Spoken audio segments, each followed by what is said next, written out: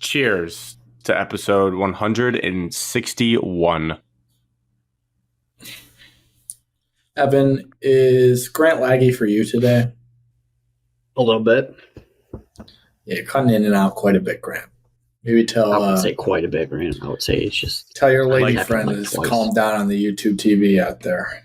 Like my voice or my picture? Yeah, your voice is going out for me. Well, if it gets really bad, let me know. I think that was just a personal stutter there. If it gets really bad, let me know. Evan's crystal clear for me. Water. I don't love pear. Oh, dude. What's he doing? Evan, are you okay? I'm great. I'm drinking iced tea. Today is Tuesday, April 2nd, 2024. It is 8:34 p.m. Eastern Time, 7:34 p.m. Central. What's wrong now, Alex? I thought you said April 22nd. I was like, nope. Wow, I missed my 2nd. birthday. And we got to start with Evan. Evan, why are you out here touching alligators? What's going on? I got challenged that I wouldn't even get close to it, and that challenge turned into you won't even touch it, so go up and touch a 10-foot gator. That's what you do. Did you actually it's touch like southern it? people trying to get close to white-tailed deer. It's northern people trying to get close to an alligator. You can't really get close to What? a deer. Southern people try to touch white-tailed deers? Yeah, because they don't see them often. It's the same thing. Like, they don't see that animal that often. We don't see alligators that often. So the first instinct you do is... No. Touching a deer is not dangerous. Touching a gator could be Could be death. Lethal. Could be, but it's not. It's just a little different. I don't know, man. What did it feel like? There's only 7 unprovoked deaths every year. All right, not bad. I wouldn't consider this unprovoked. You provoked that gator. Correct, Grant. Some people would say that is provoked because you went up and touched it while it was sleeping. Probably didn't even notice. How do you know it was sleeping? It was sleeping. Because its legs weren't up and behind, his eyes were closed. Usually they just like. How did it come haven't up you again? seen the video of the golfer who smacks it and just jumps in the water? If you want this real long story of how it really happened, okay, we're going to backtrack. I am walking on the beach with some of the players. We walk super far down, probably a good 2 miles down the beach. We got to turn around. We're going back. Dinner's almost ready. They're like, hey, there's a shortcut right there. I'm like, no, I'm not taking it. I'm going back to the direction that I came from. They're like, no, you're taking it. So we all take that trail. You get bullied by kids? It leads to a subdivision. Okay? There's no way around the subdivision. So I was like, you know what, guys? I'm just going to turn around. I'm going to go back the other way. I go back the other way, get to the house. They come back, and they're like, dude, we saw an alligator. They FaceTime me on the way there, on the way home. They're like, yo, you'll never believe what we saw. And they showed me the picture of the alligator. I said, I'm kind of jealous. That was pretty badass. So we're eating dinner, and I'm telling everybody from years of experience of how to catch an alligator if the problem arises. What experience? Years of what experience, Evan? Years and years of watching videos and watching Steve Irwin and Man vs. Wild and all those. So you're a little obsessed with reptiles then. This is a thing for you. Alligators, yes. Okay. Did love Rugrats. And then people were like, dude, you want, and I was like, watch, I'll catch an alligator. I will catch an alligator. And then a couple of them warned him, you know, Evan, this was actually kind of a big alligator. So there's a group of us. We leave dinner. We're going to walk, and we're going to go find this alligator that they saw on the way back. So they're hyping us up. There's somebody with me. They're like, dude, you're not even going to get close to it. You're going to chicken out. You're going to get scared. I was like, all right, what do you want to bet? They're like, all right, $20. Like, well, actually, you have to touch it to get the $20. I said, fine, deal. I'll do it. And then that video, I got there, and first thing I said was, holy shit, it actually is a 10-foot alligator. The ones I dreamed about. Got ready. There was a bunch of witnesses, and, just get up and tap it quickly on the tail. Why'd you take off your shoes? I was in Hey Dudes, so I think barefoot was better than Hey Dudes. Smart. That's smart. Whoever took the video did a terrible job. Yes, that was. It was moving so much. I was getting nauseous from watching the video. Can I drop the video in here so people can actually see what we're talking about? I'll put it in the beginning. It's very incriminating, Grant. My question to Evan is, you hovered over the thing for a long time before touching it. I feel like if I walked up to that thing, I would have. It just made me nervous how long you stood there hovering your hand before you actually touched it. I wanted to get a picture. Because what if that was my last picture ever? It would be really embarrassing. Around, snaps, grabs my leg, and jumps into the water with me. Would have been really embarrassing. You would have survived. Correct, Alex. A lot of people on the world, when that news would drop, would not have felt bad for you. No. They would have laughed. I would be sad, but I don't know if feel bad would be the correct term. I think at your funeral, we would have had a lot of beers and just been like, what was he thinking? Like, we would have just been like, what? We would have all been like, Jesus Christ, dude. It's just another day. You wake up. We could have had a Steve Irwin themed funeral, too. We all could have worn, on the topic of funerals, his outfit. Do you guys think that we should get death bottles? Have we death bottles? I don't even know what death bottles are. Bottle. It's a bottle. My dad and his friends do it. You choose a bottle. You're talking a bottle of liquor and that everybody drinks at your funeral. So they're like drinking in honor of you, the drink you chose. So we don't have to declare a bottle. Nope, straight, Grant. Well, no, Grant. You put it on us. That's it.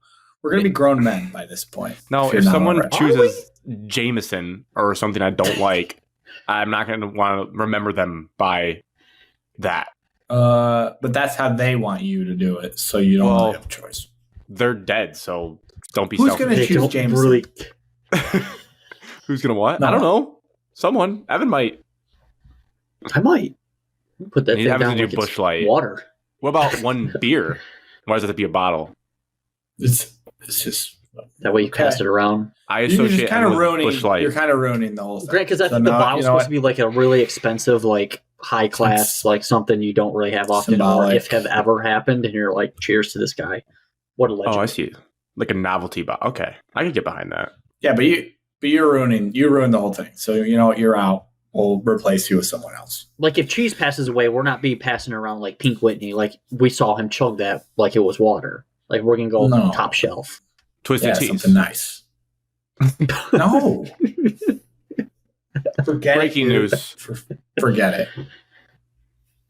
Munising Public Schools is closed tomorrow for dangerous winter travel conditions. It's 83 degrees here. It's Michigan for you. Oh God, Alex, that just hurts. It's hot. Well, I mean, you just first game canceled today due to weather. Yeah. Tomorrow's not looking promising either. It's gross here right now. It's real gross. Like snowy? No, just cold, rainy. A low 40s rain, Alex.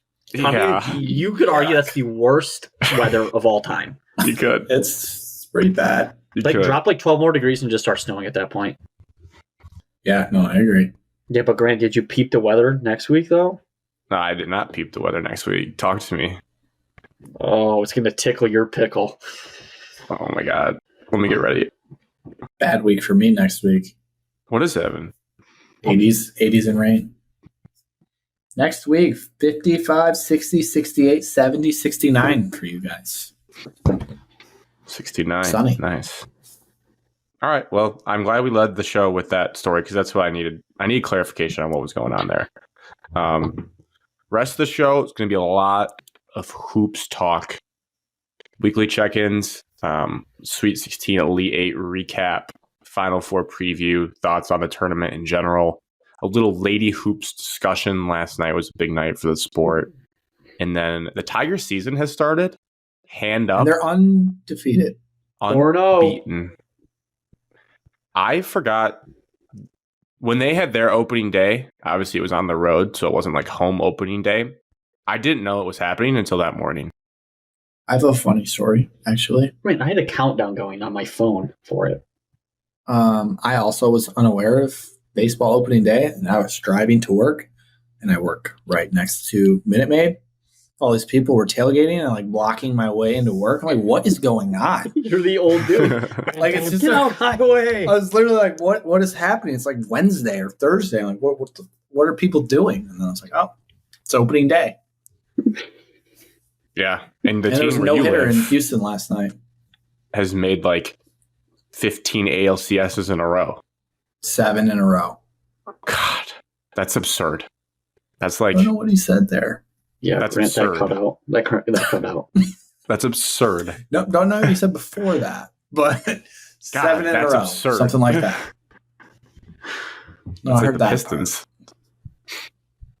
And a no-hitter last night. That the Houston threw or the opposition threw? Houston threw. Astros threw a no-hitter last night, but they only have 1 win.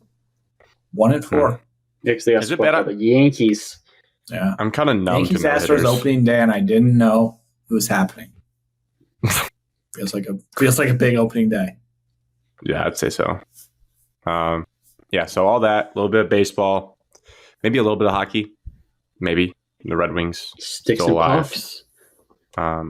We can get the sad stuff out of the way for you guys. I wasn't really going to bring it up because I don't really care about Michigan hockey. I did bet $40 on pucks. I bet $40 on the game just to feel something, but they did everyone dirty. I hope they did everyone dirty. Well, no. I will say the only cool part was that kid's pass. That objectively was a wild pass that I didn't think was possible. I hated every second of that because that's all I had to watch the next day was just highlights of that. It was like the worst part is I received all sorts of text messages about it. It was so annoying. Even from people here in Houston. That's wild. Because I was just like, I was like, it's a 1 seed in hockey. And they're like, oh, people watch hockey? And I'm like, yeah, in the Midwest. So they all just tuned into that game, of course, and got some texts. You guys should have had prime time on Sunday night. Yeah, it was tough. You guys should have tapped me on the shoulder and asked for my help because I had all those stats of how low the viewership was compared to other big D1 sports, and you could have just fired that back, like no one cares about it. Boom, move on. I did care. Does baseball and hockey get more viewers? It's a good question, Evan. It's been a while since I dove into the weeds. I think that was like earlier this year. I don't know why. Oh, because we had a debate. There was a debate going on the 5 and 7 crew about like college sports, and I remember looking it up. And I think it's below softball, which is not great for its case. Like the college, because there's only like 20 teams. Yeah, it's very niche. It's very they need more teams. Small portion. Yeah, but college softball is literally the same teams that win it every single year. If you could get SEC schools to have hockey programs, it would balloon. Yeah, those fan bases are honestly rabid. 5 of like the best hockey programs every year. All are in the state of Michigan. That should say a lot. / Boston. The East Coast is bringing Supreme Boston. Yeah, like I'm just saying we don't have smacked around. Multiple schools making NCAA tournaments and anything else except hockey. Other than the 2. If Michigan could have got their act together, could have been Michigan State, Oakland. That could have been nice. Yeah, but they didn't. But they didn't. Michigan State, Western, and Michigan Tech had 4 of the 16 teams who had 25%. Yeah, that's an outrageous amount. Wasn't your dad's first school Michigan Tech? Yeah. 2 of his alums.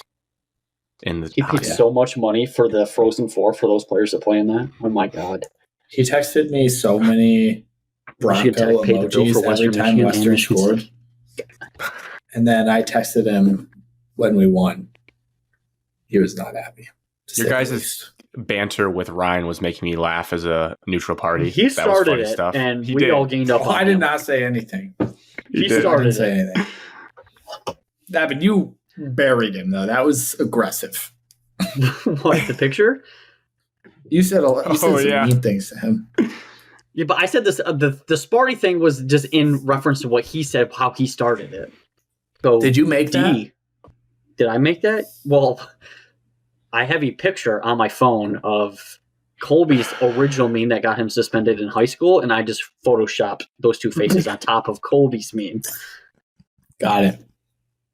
That's why Colby laughed. I was in public when I saw that, and I made an audible sound when it popped up on my phone. It was good. It was the moment of all the edits that we were doing that weekend. That one was funny. I was in a car driving back from South Carolina. I still had 4 hours left. Like, what do you want me to do? I had just touched an alligator. Was riding high. Stickers is out of control. Stickers was hilarious. I don't get that. Shout out Rumi. Do them. Shout out Rumi Ben. You're old. Put the picture in there of him looking up how to do stickers.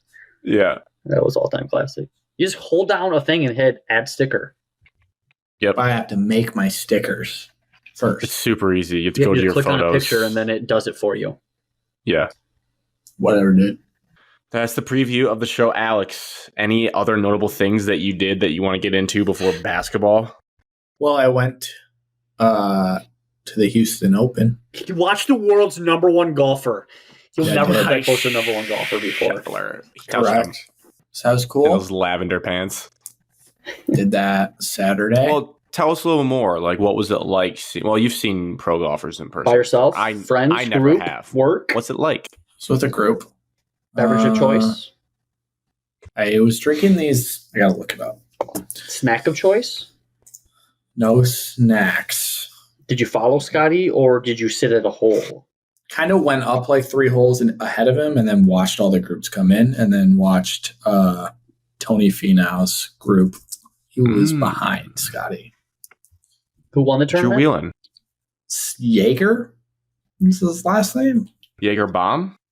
Scotty missed a 5-footer on 18. Scotty doesn't know. All right, let's see what not these good for Grant's future. Don't want to hear that. Beverages were called. Get the misses out of the way now. Hoop tea. Hoop tea. What's in them? Tea? It's like iced tea with booze. Did you get any eyes on Gary Woodland?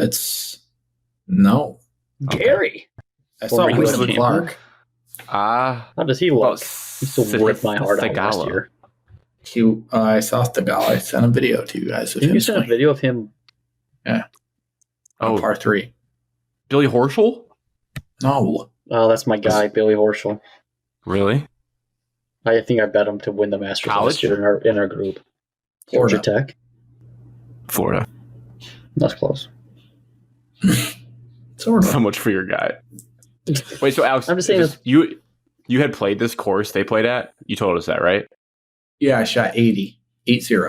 45, 35. So how many people after day 1 would you have been in front of? It's probably 0. I don't know. I'm not a professional. Somebody definitely went 9 over on the first day. This guy, Jesse Dromer, went plus 18 for the tournament. He would be the leading candidate to have gone over. That's 9 over each day, probably, right? Yeah. Well, yeah, he would have missed the cut. All right, Alex. That'd be huge for morale. You could put in your bio. I need his scorecard. You could add him and say we're better than you. Yeah, but also he's playing from different tees as well. But we're not gonna talk about that. We're just gonna talk about the net score. This guy's 5'8", 170. He shot 82. He shot 82 in round 2. Yes. Shot 76 in round 1, 82 in round 2. Tough conditions in the second day. He shot 42 on the back 9, and I shot 35 on the back. I don't know. Wow. Look out. Oh my God, Alex, I have a new job. Please. You always said I can be your caddy if you make the tour. Corn Ferry, here we come. Yeah, it turns out. I played golf Sunday, and I shot 83. So, okay. Well, letting me down. We're not there yet. We're going to need to practice because I haven't been practicing. Oh my gosh, Alex, it just hit me that you're not going to be on the league. No, and neither is my father. Yeah, I heard the league's quit. I heard the league's happy about that. They're tired of Bob and Lou gone. Yeah, everyone's dropping. Yeah. Oh no! No more, half of new ownership. They're all going to Live Golf. Live Golf tournament, June 7th. I think I'm going to go.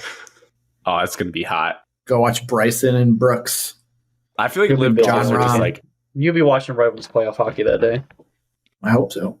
I feel like Live Golf events are just like it'd probably be the same, but we'll see. I get that vibe from that corporation. Of course, I played Sunday is the Live tournament. So look at you. You're just on a big play with the pros play circuit. How am I going to know how good I am? Never. Got to play with the pros play. You're going to see Bubba Watson. How is that the guy that you think of? Of all the people you picked, Bubba Watson. Not Brooks, like the 4 of the John 5 Rahm, best players. Even Phil Mickelson over Bubba Watson. Is Rahm world number 2? I would like to see him just whack the ball a couple times just to see how fast it actually is in person. 375 yards in the air. That'd be cool. With his arms dead straight. Chip shot and then laugh at him. Yeah, that'd be actually pretty fun to do. All right, so you did the Houston Open. It was a golf-heavy weekend. Easter, my family's not here, so I didn't do anything. I played golf. Did the bunny visit you? No. Well, I got some candy Thursday at work. Some Reese's Eggs? Had Good Friday off. No. It's like candy. It was like Tootsie Rolls in egg shapes. Let me see your Tootsie Roll. Your Tootsie Roll. So you only had like a bite of it before you could... They were like large egg-looking things. They said they were Tootsie Rolls. Yeah, they were Tootsie Rolls shaped like eggs. Tootsie Roll. Huge-ass Tootsie Roll, man. It was weird. Where are you guys at on Peeps? I used to really like them. They're okay. They're My mom loves them. Loves them. Good. Stop. Like her favorite. Cover marshmallows and chocolate in them, man. Not Peeps though. I couldn't tell you the last time I had a Peep though, but I don't like marshmallows that much. Oh, s'mores are so good. S'mores Pop-Tarts? No. Now we're probably buying that. Yeah. Oh yeah. Okay. Nice. So you got your candy. If you see some Reese's Eggs, pick a couple up. They're really good. They're really good. I've eaten them, Grant. No, but you need to have them in 2024. They're so good. I've had them like every year for the last 7 years. New recipe. New recipe. 2024. Grant made them himself. All right, Evan. Anything else? I know you had a big trip. We talked about the Gator, but what, Alex? I did. What are you doing? South Carolina. God, your internet is 4% levels right now. Oh, but Evan handled it like a champ. Well, we made a face at each other and then moved on. Yes, okay, correct. Made a trip down to Hilton Head, Bluffton, South Carolina. Bluffton's mainland, Hilton Head, obviously, is the island. That's all I think about. I know it's not the same spot, but I hear Bluffton, I just want to say Bluffton Beavers. Roll beef. Took 13, 14 hours to drive down there, 14, 15 hours to drive back. Does usually take the same amount of time? Way longer to get back. It was an all-day thing. Because you were upwind? Stopped at Buc-ee's on the way back. One of the true wonders of the world. Was that your first time there? First time. Took my virginity right there in Kentucky. No, Tennessee. Oh, I should have slid up on your story. I saw that. A picture of that. And it's super popular, Alex. Like people... Oh, no. People here are obsessed with it. Love You've never been, Alex? I'm like, oh, yeah, I have. I have multiple. Oh, okay. Before I moved here. I got a Buc-ee's t-shirt. Hell yeah. It's awesome. We should all work there. They pay well. I've read they pay really well. I've seen it. I've seen that too. That's good stuff. Yeah, so my running joke the whole weekend was I don't call it Buc-ee's, I call it Bussies. Bussies. Did that get a lot of laughs? No. Go to TikTok and just type in Buc-ee's, and like half of the videos are just them pronouncing it wrong. Anyways. So we did that on the way back. There was baseball. It was for a baseball trip, spring break. Got better at baseball. A very nice baseball field compared to Michigan fields. Mitchell Park. Bugs though were horrendous one of the days, and like I still have like bug bites over my arms and my legs. They're like a hybrid between a gnat and a mosquito. You don't know they're biting you like a mosquito sometimes. They just hover around you. They won't go away. Like I'm dousing myself, what do you want to call it? Staining my clothes with how much bug spray I'm putting on. I've never really gotten bit by bugs too bad in my life. That's what I always said. Like I'd never put bug spray on when I'm up here in Michigan, but down there it was 30 seconds you're outside and you're standing still. It's over. Sounds pleasant. Was this a big tournament? Is that the main thing you guys did down there? No. So here's another fun fact, Grant. MHSA doesn't allow us to play non-neighboring states. Oh, that's right. So what'd you do? Of practices? We practice and then inter-squad scrimmage. Yeah, practice. You just went there for scrimmage. To get down on a trip at spring break. Like a lot of teams in Michigan do this. Team bonding. It's just weird you can't play anyone. Why didn't you just play teams in Michigan? Like we go down there, we could play or scrimmage another Michigan team in South Carolina. What about Ohio? Because didn't you say neighboring states? Yeah, so we could play like a neighboring state if they were close to us. But you didn't have any? Better yet, make this rule even more stupid, Grant. We could be in Tecumseh and have the high school that we played at, they could play us in Michigan if we wanted to, but we can't play them there. Yeah, that's a lot of process. Nothing about that really makes sense. It doesn't. That's crazy. That's what we should shoot for. I feel like I don't know what those people make, the leaders of MHSAA, but I feel like we always joke like, oh, let's be like working high Division I athletics. I feel like we could take over MHSAA when we're like 45 years old and fix it. When we're like 26 years old, actually. Yeah, I think we could do it. Well, I think I'm out there. But I think there's a lot of politics you got to work through to get to that. Like you got to like stab people. Well, we know a guy, Evan. Do you have to? Are those publicly? Those aren't publicly elected positions. Those are just you got to know someone to get up there. Elected amongst I think there's a MHSA board, and then you're selected on. All right. But if you're on the MHSA committee, you can't coach a sport or something like that. Mm. Well, one of Alex or I will do it, and then we'll fix the rules for you. And then back out and make sure those are staying the rules. We'll have a rat on the inside, so that will never change. Then we just go back to have fun. Yes. That trip was great. Not beach weather, but it was warm weather. It was better than Michigan weather. I was gonna say, how was the weather? We went to the beach a couple of days just because we're Michigan people and we still jumped in the ocean. A little cold, but it's not as cold as Kingsley, so body gets used to it pretty fast. Was it? You said it was Hilton Head, South Carolina? Yep, Hilton Head. The sad thing is that like this week, like a week later after our spring break, so right now, like this week is like 75 and sunny every single day. It's tough. You guys should do Texas next year. I don't think we will, just because we have a free baseball facility that we can use. Oh, I'll get you a free facility as well. I need a baseball field though, Alex, with the batting cages, just in case it rains. Well, it won't rain. It doesn't rain in Texas. Well, what do you need? What do you need specifically? I need a full baseball field with a batting cages, and preferably that field has a pitching machine or the new they're called Hack Attack machines. There's better and improved like baseball machines that you think about, Alex, right now. No, these are like top of the line, like MLB machines, like accuracy and everything. I think I can get you everything but that machine. And the field has to have like a batting. They're called the Bubba's Turtles, whatever you want to call them. Those big net things? Yes. Has to have that. Those. Okay, you make it happen. I'll put it up, and then make sure the cost is less than the cost. Look at these prices. This is insane. Yeah. What was the cost off the record for you guys to do this? I have no idea.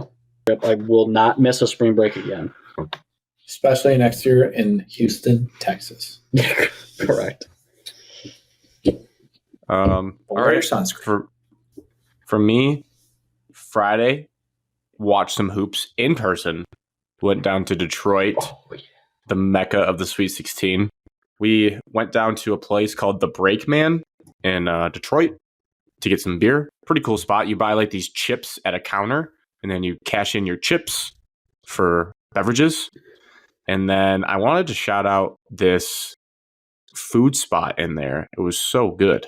It's called Penny Red's Chicken. It was like in the Brakeman.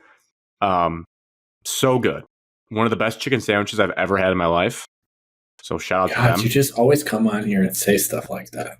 It was fantastic, Alex. You've had the best food of your life since this podcast started. Roughly once a month. Yeah. Good eats. And then breaking news, my day is postponed. Damn it. Breaking news, Bronny James in the portal. Wow. Anyways, bought the tickets at the bar about 15 minutes before tip, 20 minutes. Was a little nervous because I use SeatGeek, and I forget, like, instead of using Ticketmaster, it takes a second for them to actually get sold through Ticketmaster and then transferred to your phone. So we started walking to the venue, and I was just like, we're walking by a Hockey Town Cafe. We're like that close, and they haven't come through my phone yet. I'm like, oh my God, please just send this email so I can download them so we don't have to stand outside the door like a bunch of losers and be like, oh, I'm waiting for my tickets to come in. But good timing, they came in. No, so when you buy off a third party like SeatGeek, they don't immediately go to your phone. It has to contact the seller. Then that has to get contacted to Ticketmaster, and then Ticketmaster then has to send you to transfer them to you on Ticketmaster. Unless the team is a SeatGeek partner. Yes, but LCA is not. We are. I got you. Actually, every team in Houston is SeatGeek, which is fun. Interesting. But it's very big here. Got in there, right? Good timing. I bet on Purdue in the first game, and then I bet on Creighton in the second. Purdue fans, super loud. My one gripe with them is they kind of remind me of Butler fans. I don't know if it's an Indiana basketball thing, but they don't really stand up unless the team proves to them that like they're going to be good. So, which was different than Tennessee, different than other fan bases I've seen. I know basketball is a little bit different, but for a game of that magnitude where you have such an advantage, they wouldn't stand up until they were like in the middle of a 5-0 run and they like wanted to get it to 7-0, 8-0. It's like Tennessee in the Creighton game was their fan base was like standing up for the majority of the game the entire time, making noise. So that's one observation I had from Purdue, a little fair weather, but that's just how I think Indiana people are when they watch basketball. My shirt that I wore an Oakland basketball shirt that I bought after they impulse buy after they beat Kentucky. I was like, I live right next to the campus. I kind of want to have an Oakland basketball shirt that I can wear to the gym, whatnot. But I wore it to this, and it was the shirt of the night. I got at least 6 different people making comments to me, both at the restaurant before and in the concourse. Like, hey, your boy's balled out, man. And me being an absolute fraud, not having gone there, like, yeah, great team. Or like, yo, your boy Golke, man, good shit. I'm like, yeah, sniper. Like, it was just a running joke at how cringy I made myself feel whenever I would respond to these people. Being like, yep, those are my Grizzlies. But people loved it. People love the Oakland Grizzlies. A couple people thought if they were still in the tournament, so I had to let them down and tell them, nope. Grizzlies. They lost to NC State. Had to remind some people. So, yeah, all in all, cool experience. No, the Creighton Tennessee game let me down a little bit. I was building it up, hyping it up to Marissa, like, oh, this could be like 85-80 type of game. Like these teams are just going to shoot threes, run. It was more of a slugfest, a little bit slower paced. Tennessee mucked it up because they just guarded the piss out of Creighton. Creighton's guards could not do anything against them. So that was a little disappointing, but it was very interesting to see Zach Edey play basketball in person. Just quite a spectacle of a player. I feel like you've seen him in person, Grant. You have, actually. When? You watched Michigan State Purdue at the Big Ten tournament when they had Jaden Ivey and Zach Edey. Yeah. My memory of your viewing experiences is better than your own. Come on. But the slight difference about that is he wasn't really that level yet. He was still good. Still good, but not that level yet. He wasn't that level because he didn't even play over, what's his name? I think he played that year. Trevion Williams. Trevion Williams. Yeah. Trevion Williams played more than he did. Yeah, that's true. Him and Ivy. Yeah. Saturday, went to Marissa's cousin's for an Easter celebration. Between that and Sunday, my parents came and visited on Sunday. Had a lot of meat and cheese on charcuterie boards. Just that charcuterie board looked phenomenal. Yeah, it was. Marissa did a very good job. I helped out pick some meat and cheeses. I did a little bit of the assembly, a little bit of the cutting of the cheese. No jokes there, but it was good. It was good stuff. I ate a lot of it. There's still some leftovers. I just don't know how much of that I can eat because I just feel like it weighs on you after a while. A lot of sodium, that much cheese, not great for the digestive tract. If you know what I'm saying, backs you up. Oh, yep. clogs you up right in the paint. But yeah, all in all, good weekend. Besides that, I say we get into some hoops. So, Evan, to set our listeners with a baseline, I'm guessing you probably didn't get to catch much of the weekend hoops with your travels? I watch, I think, every game. All right. Just about every game. I don't think there was a game that I didn't. I would say I watched 95% of them. That's more than I thought you were going to say. On the way down, streamed it on my iPad. On the way back, streamed it on my iPad. Any takeaways you guys had from the Sweet 16 and Elite 8 that really stood out to you? Alex, your face? No. Sorry, no, takeaways. The Blue Bloods aren't Blue Bloods because they choke. We talk about all these Blue Bloods and how they're the best of the best. How these programs are best of the best. But can we quit comparing? I hate how we compare like the entire history of the program. It's like these kids' grandfathers weren't even alive when we're talking about like the first time they went to the Final Four, won a national championship. It's like, what have you done for me recently? Like Arizona, Gonzaga, North Carolina. Okay, they're pretty good. What do you mean Gonzaga? Alex, they can't win the big thing. So what is it like? What's the point? Like then lump us in there too. I am. All right, make sure you say them. Michigan State. Make sure you say every single team that hasn't won a national championship in the last 25 years.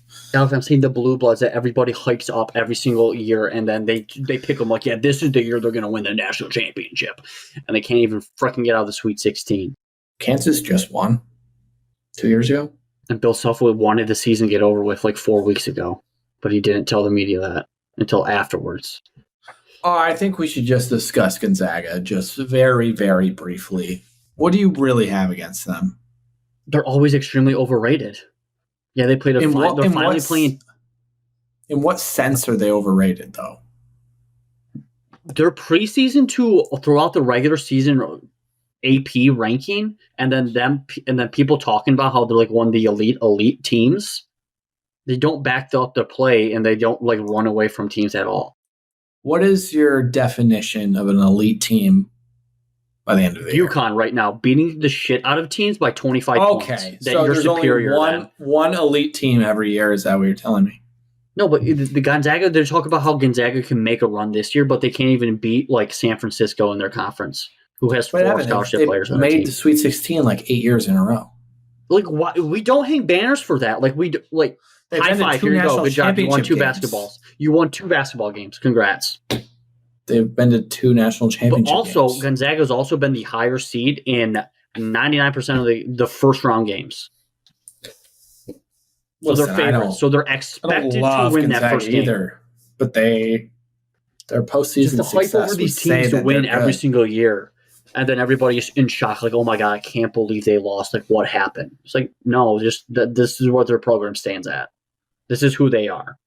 I think Evan's a little more on Gonzaga, in my personal opinion, but I do see your point. I'll meet you on this. That I think it's just important to remember when you look at the bracket and you look at the weekend to focus on the team that is on the court that year and try to remove that from the brand. Like, for example, with Gonzaga, right?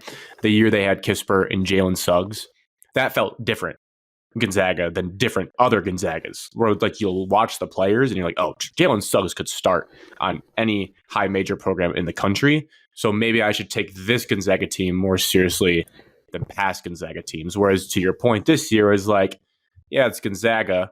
And I do think they overachieved a little bit to make the Sweet 16. They did blow out Kansas, but Kansas again was bad. But to not be like stunned, they lost to Purdue or didn't put up as much of a fight against Purdue. So I do see your point. Like, just focus on how good that team is. Like, for example, Duke's another one, historic program, but their team wasn't like world beaters this year.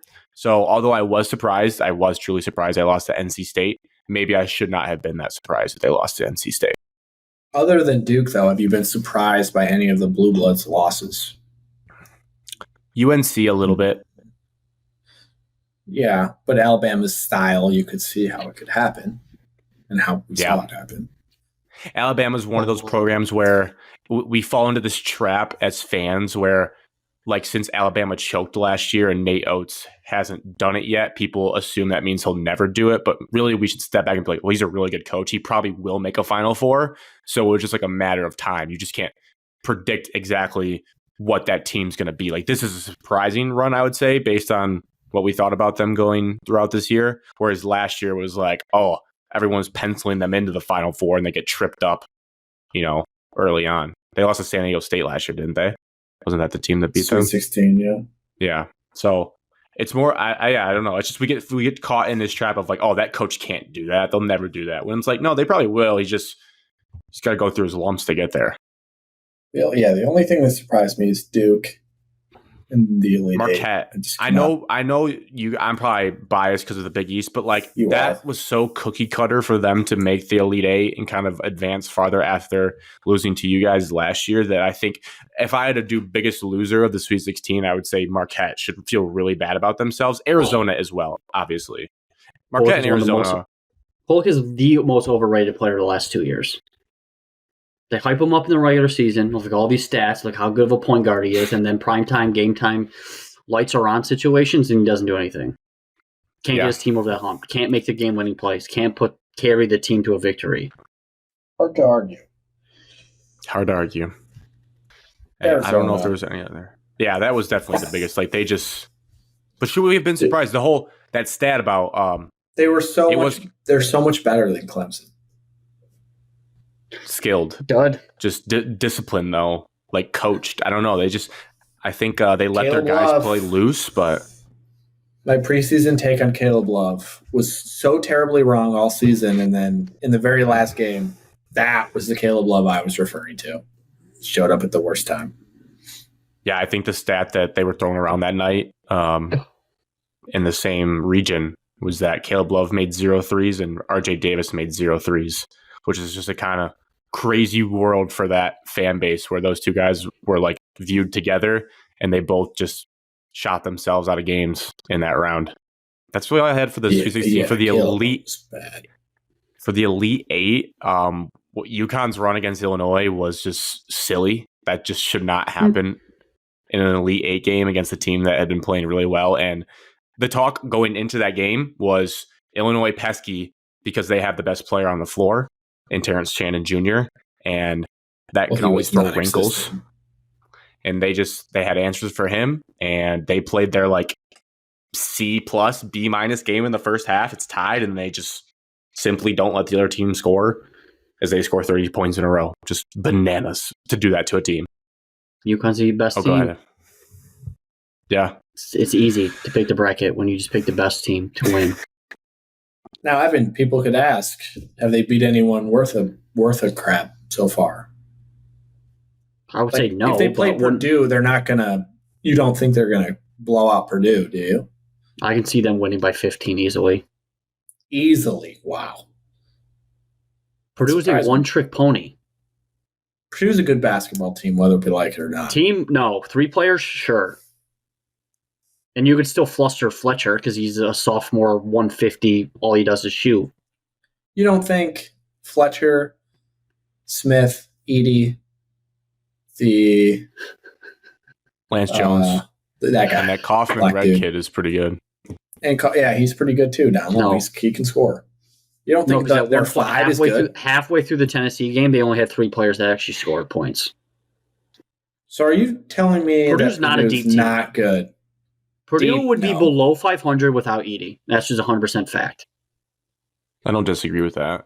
I haven't seen anyone actually come up with a solution to limit him. So I was just going to say, how do you stop him? You tell the refs to quit getting on their knees and bending over for him. That's what you do. So you don't have when he draws 14 fouls, you're already per half. They're already shooting 1-and-1. So you might as well just let him shoot from the start. So because of that, how is UConn going to blow Purdue out by 15? Well, good thing is if we even get UConn has 2 7-footers. Yeah, I still don't. It's like they don't have the mass. Yes, they do. They have 2 7-footers. The mass, the width.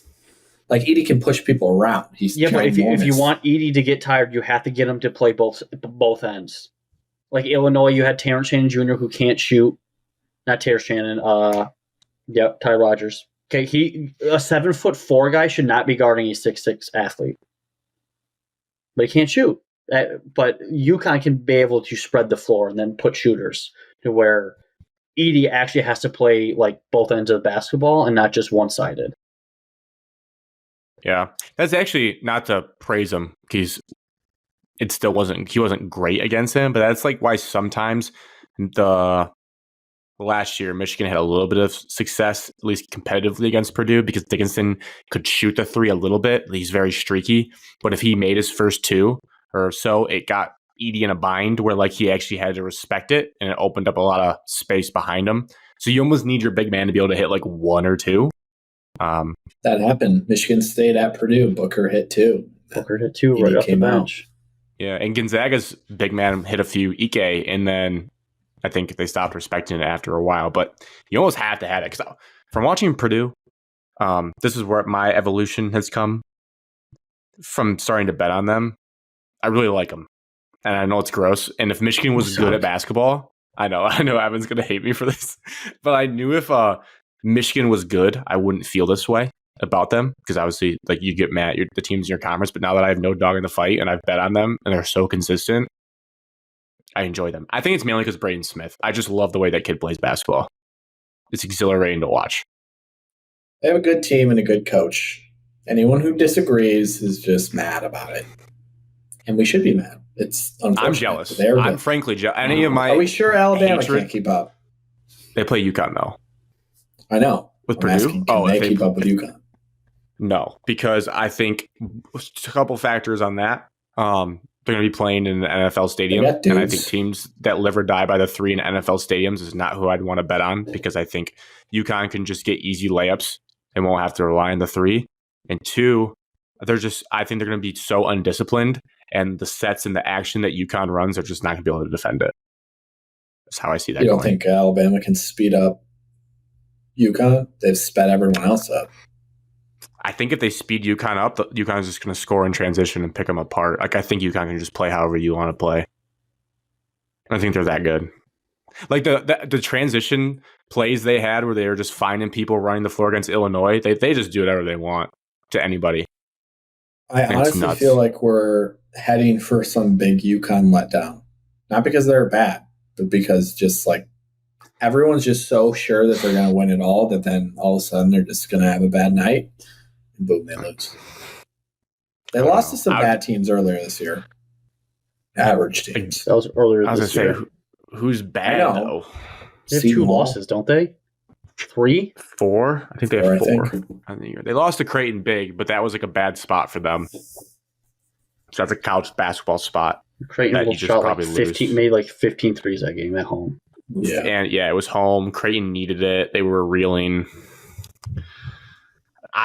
Alex, I know it's dumb. One of my takes that I wanted to get off tonight was that I know they're kids and we're talking about 18 to 23-year-olds, but I would truly be stunned if Connecticut lost to Alabama. I just don't see it. But I don't know. It's hard for me to just think that, like, I'm not just going to sit here and think they're a for sure thing that they're going to just win it all because they blew out Illinois, who has its flaws. Yeah, they were hot. They beat San Diego State, who we all know the Mountain West is bad, and they beat a 16 seed. They're very good. They deserve all the credit they've gotten. But I'm not just going to sit here and act like they're an NBA team that can't lose, because that's just not the case. I think they could maybe lose to Purdue, but I think they're one of the closer things to an NBA team in terms of like how they are prepared as well. Like those Kentucky teams had the talent, obviously, but they didn't. They kind of just played ISO freelance ball. I think the mix of UConn's intelligence and how hard they try on defense too. I don't know, man. They're so good. It's insane. They've led every single game they played by 30 points at some point in this tournament, which is nuts. It's stupid. 30 points at some point in the game, every game. Like, this is not even it's not even the same caliber of competition. They're like playing D3 schools is what it feels like. I'm just saying, if there was to be a letdown, I told you it was possible right now. Yeah. The craziest thing is Cam Spencer being so good too.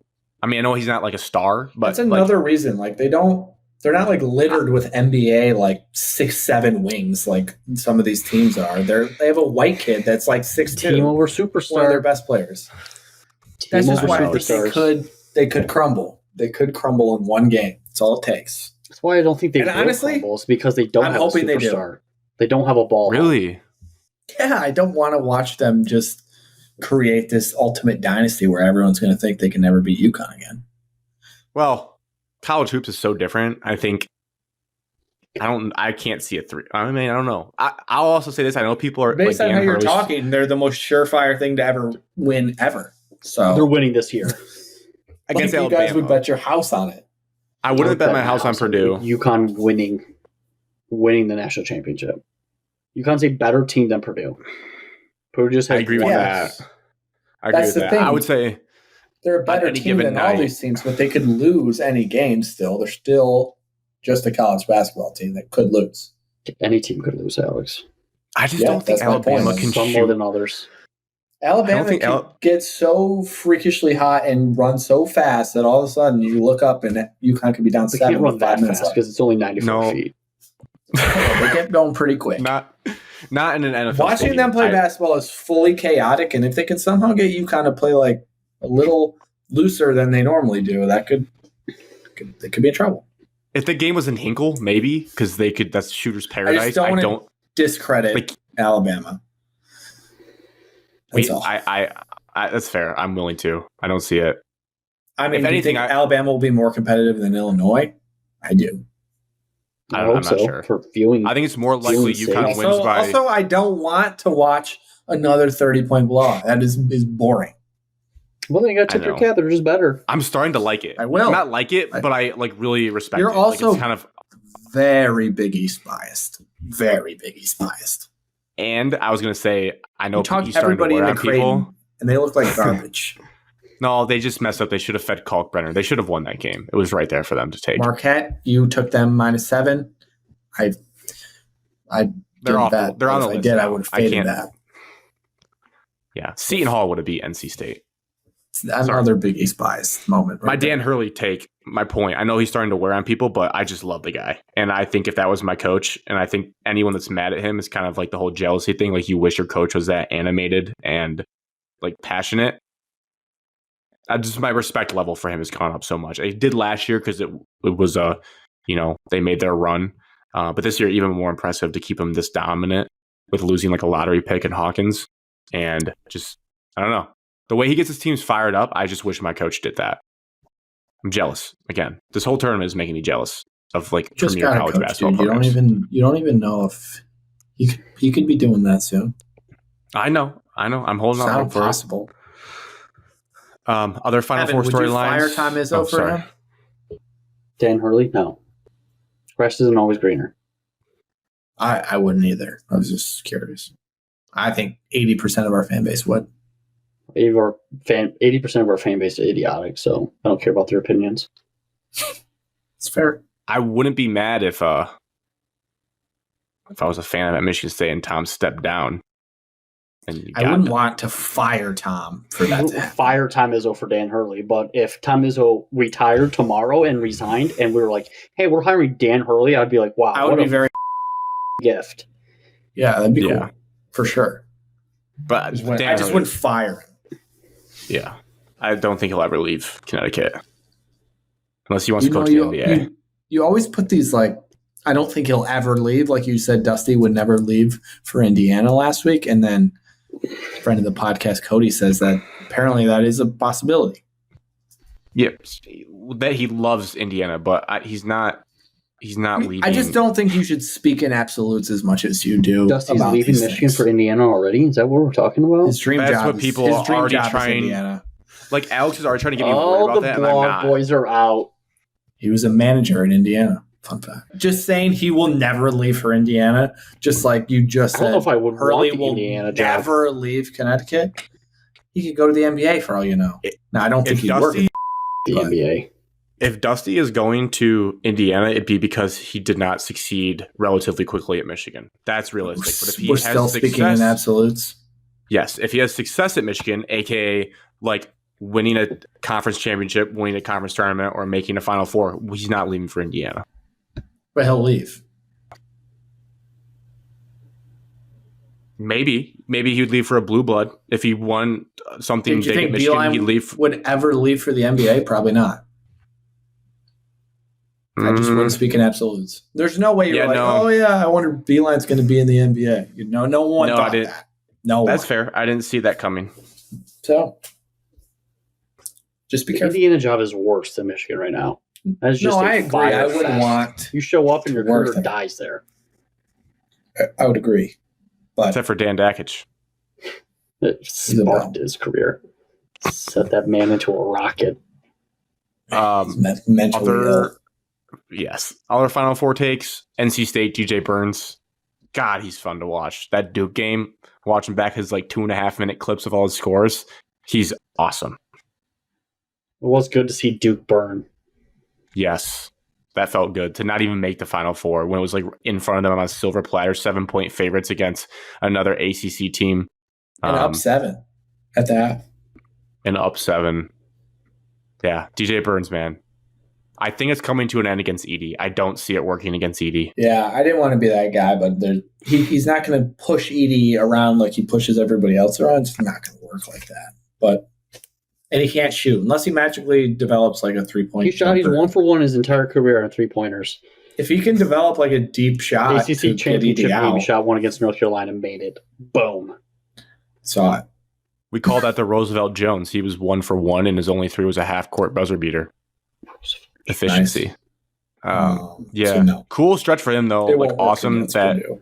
Nikola Jokic was watching his game and being yeah, he actually does remind me of myself. I saw NFL GMs and executives were texting Daniel Jeremiah and saying we want him to be an offensive tackle. That's kind of wild. That's crazy to me. That you're just going to try to Mo Alley Cox went from Wichita State basketball to Colts tight end. Never played football in his life. Was it Wichita State or VCU, Alex? It was one of those black and gold schools. Black and gold. Atlantic 10. VCU feels better. I don't know. Either way. I got some fun Final Four stats I want to share with you guys. One Alex will like because he always says this. Oh, I just want to say one stat. I said it pre-tournament. A 9-seed or higher was going to make the Final Four, and it happened. No one mentioned NC State as the team that could beat that team. But I have a similar stat, but not as juicy as the 9. So you can see here from John Fanta, Final Four. Kind of cool. We have 3 teams. I can't. Why? Kind of cut off at the top for me. It should. Can you read it in the Final Four? It's all right. Yeah, I got it. Yeah. All it is his profile picture. I don't know why it's cutting off, but sorry.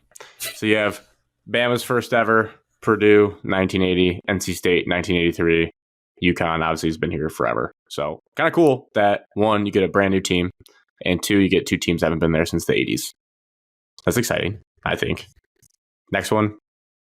Oh, shoot. I feel like there's a team every year that you're like, oh, they made it? They've never been here. This one, Matt Norlander. This is all the 11 seeds that have ever made the Final Four. Thought that was kind of cool. None of them have never made the national title game. Yeah. Oh, yeah. Nugget at the end there. Making it again. Probably fade them. George Mason, you're welcome. Yep. And then next one, this is Alex's stat. Reminder, every tournament since 2013 has had a 5-seed or worse make the Final Four. An amazing streak of parity. We currently have 2 1s and a 4.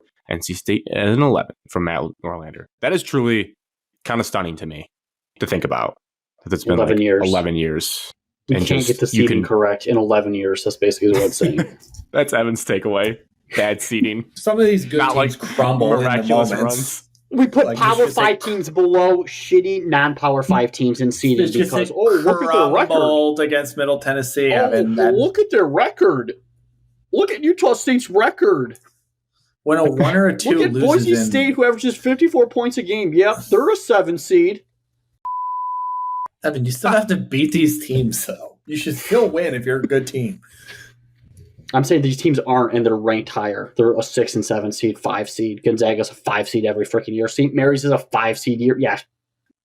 So you disagree that Gonzaga? Well, there was that theory. Did you see that theory out there earlier this year, right after the bracket came out, was saying that it was all just for the committee doesn't even care anymore who you are because they only picked like CBS TV right teams over the Fox and ESPN.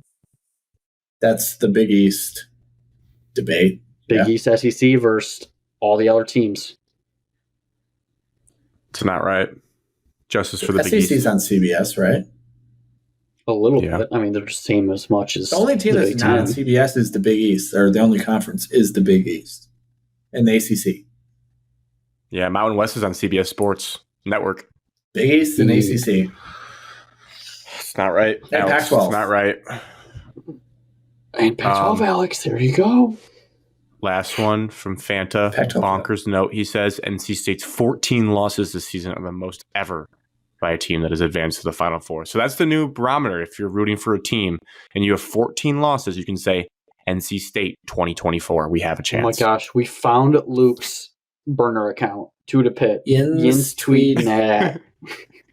Yins tweeting that. PG Jeans. I think this is a good point that you should never give up on your team until they lose in their conference tournament.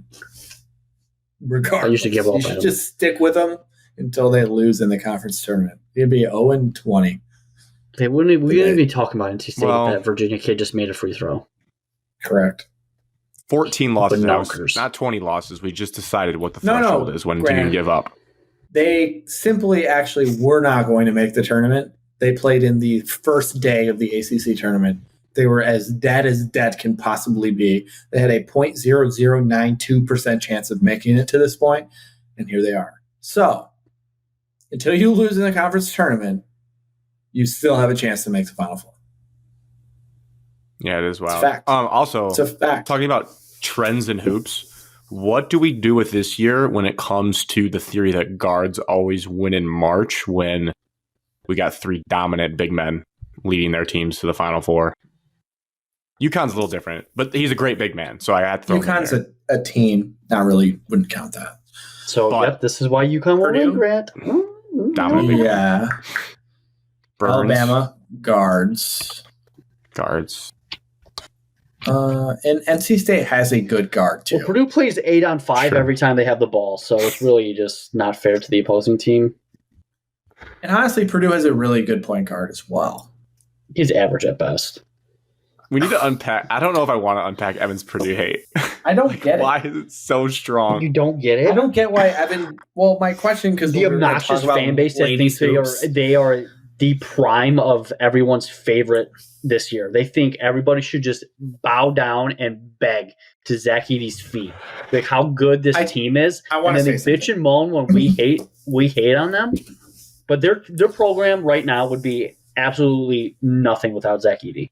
There's a weird trend of Evan despising like really good big men in college basketball. Zach Edey's too for saying I came from nothing. He was a 7'4" freak, and he played at IMG. Okay, what do you have against really good college basketball players? You don't like Caitlin Clark either. Basketball player. I never said I didn't like Caitlin Clark. Okay, but you just said Zach Edey's and I just went a really good basketball player. You just said Zach Edey is not a really good basketball player. Correct. He only does one thing. He only has one move in the paint. It's the same right-handed hook shot over and over and over again. So he was lucky. He was born lucky to be 7'4". So he's not really good. To his point. Okay. Basketball-wise, he's not very good. He's just big. And Matt Painter can, you know what. But isn't there something, Evan, to the fact that like he knows what he's good at? I feel like he does a good job of sealing, and he's good at not following. He's good at being a little. You simply can't be as good as he is and be unathletic. He's got good coordination. He's got good hand-eye coordination for a guy that big. He shoots free throws pretty well for a guy that big. He can't use his left hand around the rim. Okay, so he can only use one hand. He would never drop hooks left. He never goes left. If he doesn't have to, though. Andre Drummond never did. Because he can't. That's why. Do we know that? Yes, we do know that. But here's the thing, though, Evan. Okay, Alex, this is what take if he was on your team, you'd every love time him. he does a right-handed hook shot. He would. And then drink a shot of water every time he does a left-handed hook shot. I don't see which bottle theory. empties first. My question was, is he capable of doing it? Like, does he do it in practice? My guess would be probably he can. Yeah, with nobody on him. When all of his teammates are sitting there. Yes. Is he average? If you made him 7 foot instead of whatever he is he? If I made him, whose size do we want to make him? Whose size do we want to make him? I just said make him 7 foot instead of 7'4". How big though? 300 pounds, or he's down to like he 270. Proportionately moves with the height. He is an average 7-footer that nobody really talks about. That's it. So you just think he stinks? Here's what I thought about a little bit though. He's 7'4" and 325 pounds. But he had to work to get to 325 pounds. I don't think he did. He was skinny and he put on a bunch of weight. He was a little bit. I have a question. I'm too young, though. But I was thinking about this, like when this player that I'm about to name was going through college and early in his career. What was the discourse around him? I feel like it wasn't like this. I'm just confused at why it's like this for some big guys and not for others. I generally don't know.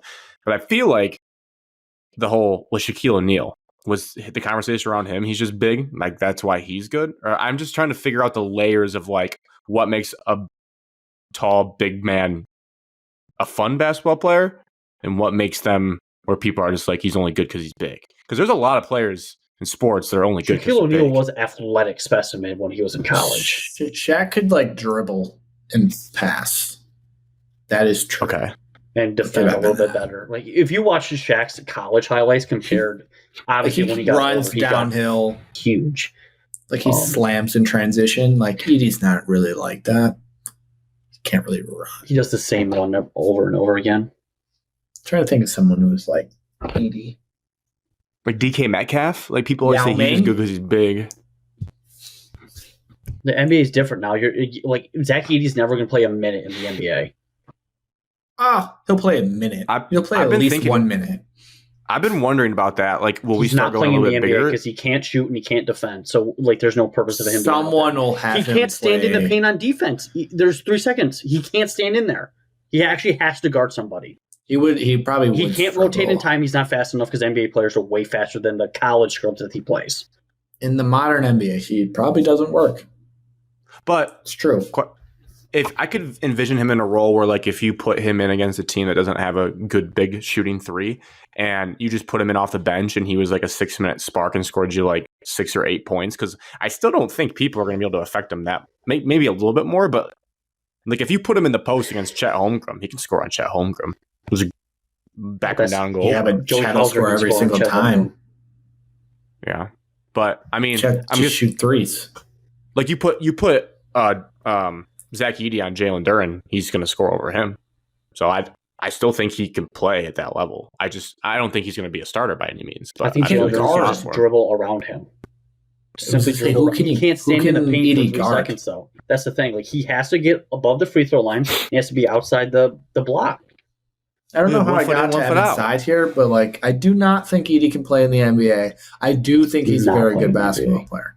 I don't think he's that one Boban dude plays in the NBA. Zach Edey's better than him. No, Edey will play minutes in the NBA. He's not going to be some Luke Garza got drafted. I don't think he will. He'll get drafted. He'll be on the summer team. Sure. He'll be a two-way contract. He'll be in Europe or China and Canada in a couple years. He'll be on the Canada Olympic team. He'd be like, oh my God, do you remember Zach Edey in 3 years from now? I think I'd rather have Zach Edey. I don't think we're just going to forget the two-time. Kyle Filipowski better fits the NBA, and that's unfortunately the fact. Not on my team. I'm taking Zach Edey. This is just like Luka Garza. Then yeah, he's out. Zach Edey's a little bit better at defense than Luka Garza. Is he? I don't know. Evan, the main points here, I have 2 questions for you to try to understand more at the root of this. If he was on Michigan State and you guys were in the Final Four, would you love him? Yes. Yeah, I probably would. Well, I don't think I would be blind to the fact that he's a good basketball player.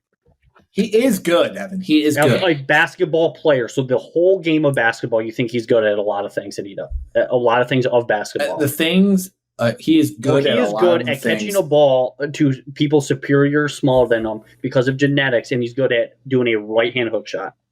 He has good center abilities. He's good at doing a right-hand hook shot, correct. Yep. He's good at rebounding, dunking. He's good at being taller than everybody so he can reach for the ball. Yep. He's good at getting position inside. He's good at catching passes. He has good soft hands for a big. He's better than our bigs, Evan. He catches passes. He's good at position inside because you can't play defense on him because you have 3 lefts down there blowing their whistle and blowing something else. And he's objectively pretty good at free throws for a center. He is really good at free throws. He's decent at free throws. He's like 70-something% shooter, so it's not a Thank you. Say something nice. Looks like a pretty good basketball player. Looks like he doesn't know how to hold on to a basketball, so his hands are massive, so it's probably difficult. It's actually not. It's actually easier to hold on to a ball for the smaller. Is it easier to shoot a tennis ball or a basketball? Tennis ball. I could chuck it way much farther. But not with as much accuracy. To shoot it would be a basketball, I think. A basketball, correct. Question number 2, Evan. But you said hold on. You mentioned in the beginning. I said shoot. You said hold on to it, then you changed it to shoot. No. About run it back. Chat. Brent will. Clip it. Throw the flag. What is it? Challenge flag? Instant replay. Yeah, throw. Probably Geico. You mentioned Purdue's fan base. They suck. Let me paint a hypothetical world for you. What if Purdue's fan base didn't try to get everyone to like Zach Edey, and they're like, yeah, you know what? He's kind of a cheat code. It is what it is. We're just excited to have him on our team. Do you feel like you'd have less animosity in your heart? Yeah, if they would just be truthful with themselves of like. Evan wants someone to say he's bad. Well, okay, so semantics. What can we call it? Purdue fans to admit that they are going to suck next year. They would suck currently without him. Yeah, but Evan, that's not how it works. Yes, it is. What if they become? What if they become a good? You can't do hypotheticals. You can't do what ifs because we never talk about what ifs in sports. I'm just saying, he is on the team. So why do they need to admit that they would be? But he was on the team 3 years ago and he couldn't make the Final Four. He was on the team 2 years ago, couldn't make the Final Four. He was the starter on the team. They lost to a 16 seed last year. So what's the difference? That's a testament, though, that he's gotten better. Like he's become a lot better player over his 4 years. Like he was not nearly as good as he was. He improved his right-hand hook shot. I agree. Do people just come in as superstars and then they don't get any better? Like that's the whole point of college basketball, is developing. Not really anymore. He's extremely that was the whole thing. This was another point too. I don't get how he can be overrated. It reminded me of like everyone is like, be careful what you wish for, because a lot of people will gripe that the one and done era is kind of diluting college hoops with the turnover of players. You don't get attached to the rivalries. But then I've seen a lot, even from like Marissa and my sister too, this weekend. They're like, oh, like can Zach Edey just graduate? Like it's his 5th year, whatever. I looked it up. I was like, he's just a 4-year senior. He just simply went to school for the amount of years he's allowed to go, and he's going to be done after this year. It's like, that's fine. It's crazy that when someone actually goes. It's cruel that he didn't even drug test him, which is crazy. When that picture came out of him in the smoke shop, criminal. That's not him. I think it was. It was definitely him. Okay, finding out a 7'4" kid that has eyes. Did you see the one of him at the party going into the room with a 5'4"? That was a crazy video. That was a crazy video, and all the girls in their back were like mouths were open, like, oh, like did you see that? Poor guy, he can't be like discreet in public whatsoever. What is his proper rating? If he's overrated, what is just 65 overall in 2K for college? No, Evan, I actually enjoy that you hate him because that's part of sports. My question though is the semantics of good player. Can we call him a great asset to have on your team? Are you cool with that? He's a great asset to have. He's an asset. That's a yes. He's a cheat code. He's an asset. It's the only way Evan will go. He's a great asset, Zach Edey. You can't say player. You can say he's a great asset to have. Here's a better question. He's a winning player. Not good. Here's a better question. He's not a winning player. If you put... He had 40 in the Elite Eight game. Grant, shh. If you put Zach Edey instead of Matty Sissoko on Michigan State, we have a worse record, actually. Oh, you can't play that. Clip that. You guys would be in the title game. Give me a break. Not with AJ Hogarth trying to dribble up the ball. AJ wouldn't have to play. Yeah, he wouldn't. You wouldn't even need him. Like you said, Purdue has doesn't have a team. They don't have a team. They do, though. No, they're not deep. But what I will say to defend them, you have me interested in their season next year. I have a suspicion that these guards are better than we think. I think they just do a really good job of playing in the system. And I've never seen a team, this is stupid inside basketball, but so good at entry passes to the post. And they know exactly what they're doing. And I think he's so big, but they're so good. They never throw him low. They're good at the fake and then snap it into him right in his chest so he can go up. 100% on passes if a 7'4" guy was standing 8 feet from you. It buried in the middle of the paint because a 3-second violation isn't real. And the guy that's guarding him is a shadow behind him.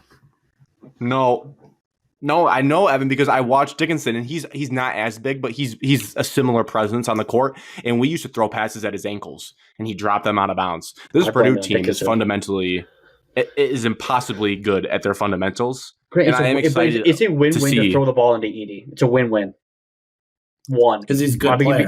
It's great asset. Foul called. Great asset. Foul called. It's like we're going to war. You would rather have him on your team than have to face him. That's basically what it is. It's probably gonna be a foul call if you throw the ball into a post. Okay, he catches it. Okay, now you run. You have hover the 3-point line. Just change positions because they're going to double team.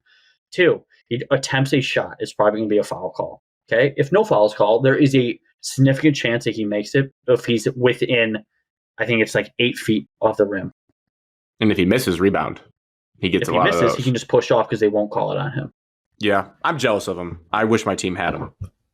I'm going to file to be the ref in the Final Four on Saturday. You know how many times you're going to see a 3-second violation? He avoids those, though, Evan. He's actually really nimble on his feet to get out of the lane. If they would actually he doesn't. No. There's so many clips that you could call 3 seconds. He steps out. Okay, but just because he has the ball doesn't mean you reset the 3 seconds. As soon as you have the ball, it's still 3 seconds are still going on. I think Luke I don't know what I think.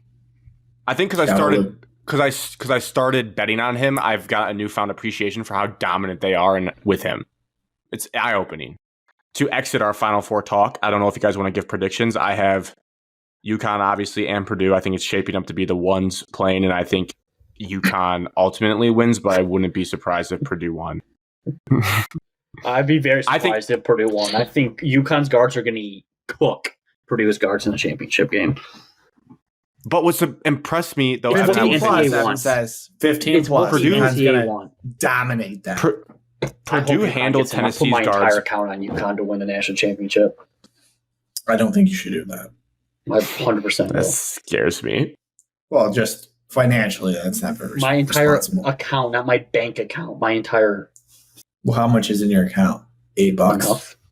Pack of bubble gum? No. I think it's more likely for Alex. You always like to do this question. I think it's more likely UConn wins by 20 than loses to Alabama. Yeah, I would agree. For the semifinal game. What do you mean you agree? You talked earlier that you are not going to be surprised if they fall. There's no way Connor thinks that. In the title game, I think they could slip up in one of these two games. I don't think Alabama's going to win. I'm not dumb. But I do think they could make it interesting for a bit. Maybe. I don't think they'll get murdered like Illinois. But I could be wrong. There's some juicy odds right now for those that like to gamble. You can do alternate spreads here. Purdue -4.5 and UConn -6.5 is plus 103 together. I like that a lot. $100. That's probably will be what I bet. Purdue to win by 5, UConn to win by 7. See you on Monday night for the Battle of Goliath. If Purdue wins the national championship, will you then declare Zach Edey a good college basketball player? Yes or no? I don't have to worry about that because they're not going to win the national championship because Matt Payne will choke in pressure. But if absolutes, what did we say about speaking? We're not allowed to do what ifs because he's actually not there yet. They're not in the national championship. Not in the national championship yet. That's on me. They will be though. Sorry, DJ Burns, I love you. Sorry, Cleveland C, I love you, but What's more likely, NC State wins or Alabama wins? NC State. Ooh. That's a good question. I'd say I was thinking that the other day. I'm going to say Alabama, but I don't feel great about it. Edey had the greatest game of his life, and they still almost lost. But they didn't lose. Correct. I'm not arguing the fact that they didn't lose, but I'm just saying that it was still a tight game down the wire. NC State does not have the greatest games of their life and barely win. Yeah, but nobody else showed up for Tennessee besides Dalton. Fair. Dalton. We got to find a Dalton this year. Kid Dalton. Moving on to the ladies' side last night. Another storyline for me. A sign of maturity. I think Alex would like this because you always used to not hate, but you would get mad at me for my hatred for LeBron. Let's not put words in my mouth. You used to get mad at me for my dislike of LeBron. That's fair. I think my overall general sentiment is I don't know why sometimes you guys in particular just don't like good players, which I totally get. And it does make it more interesting. But it all depends on their behavior on the court is why. My friend group all has one guy that's good that they don't like Patrick Mahomes. The media-driven sports world now. They force you to really have to like doesn't the best like player. Anyone that thinks they're good. And Grant, you hated LeBron, but your reasoning for hating LeBron was much different. So crushed me as a child. You don't need to force me to like the best player in every single sport. It's not how it works. You don't. You definitely don't need to. Yeah. But that's how the sports world treats every single best player. Well, that's why I don't like UConn, because everyone wants me to like how good they are, and I don't like them. So there you go. I don't want one player, though. A little different. Similar concept. I don't like when they force the ones I don't really like Zach Edey either. I just think he's a good basketball player. I don't like when they force the ones that haven't done it over a long period of time yet, but that's my only gripe. But the ones like LeBron, they should have forced him. He's amazing. It's just I didn't like the way he acted. But I say that to say, with the maturity and with the legalization of gambling, that I would have had a much healthier relationship with LeBron if I could have gambled on his player props back in the day, because I took the Zach Edey approach with Purdue. I tried it on Caitlin Clark last night. It was awesome. I had a fantastic time watching her make all those threes, and it reminded me of when Steph Curry was going through the NBA. I felt like I was watching that in 2015 Warriors 2013 run, and I thoroughly enjoyed it. And I found I knew she was really good. It just was a fun experience, not hoping her team would lose. I had a lot of fun watching her make shots and in the process win me money. So I thought it was exciting. And also, I don't know how you guys felt. Everyone's different. No one had to like it, but it is the most I've ever been interested in women's college basketball this year by far, which I think is positive for their sport in terms of getting casual fans who would never really have watched to actually tune in. Most watched college basketball, women's college basketball of all time. I will say, no, I won't. It will seem insensitive. Objectively, that basketball game was not great until Caitlin Clark hit all those threes. The actual play on the basketball court was really sloppy, pick-up basketball, just run in transition, no one played defense, and just going back and forth. That was just not – it was not highly – it was entertaining. It was not the announcer kept saying how great the officiating was, which I thought it was horrendous. Two, how high level that basketball game was. It was just layups. No one playing defense. That is not high level basketball. Not that these people are not capable of playing. These teams are good and they're legit, and women's basketball is improved and people are watching it. So all good things. I'm just saying that game specifically yesterday, I didn't think lived up to the hype. Really? For me. But I find that interesting where I feel a lot of times in sports, I've heard you and others and myself too, when it comes to either football games or big time basketball, that we get so mad when there's a lot of fouls and it's a slugfest and no one can make a shot, where it's it's kind of nice. I kind of enjoy the refreshing pace of they're just going to score a bunch, and it's kind of exciting to see them run. I think if I was a fan of the team and my team is just giving up fast break layups every possession, I would be furious watching that basketball game. Like the amount of like leak out layups in that game was absurd. It was like 50. But they only ended around what, in the 80s, 90s? They didn't score. It's not like they were scoring 120 points like the NBA. It felt quarters in the NBA. I get it. It felt NBA like yesterday. Like kind of like a weird product. Like every time I've watched women's basketball this year, it seems like it's just wide open layup or wide open three. Well, they also have a shorter shot clock out, and they have to get shots up. Well, that doesn't explain the lack of defense. Just fewer tips, fewer blocks, more possessions. Part of that is what I've noticed is that, like, if you are a top tier talent in women's basketball, I feel like you notice it way more. The gap is more. Like the gap of like Caitlin Clark can go by whoever she wants, and like Angel Reese can just bully anybody she wants under the basket. And then I watched some of the UConn USC game. That freshman from USC, Juju Watkins, was disgusting. She was more, I think, like comparable to like a men's NBA player in terms of her shot selection. It was more like mid range, like create your own type of shot.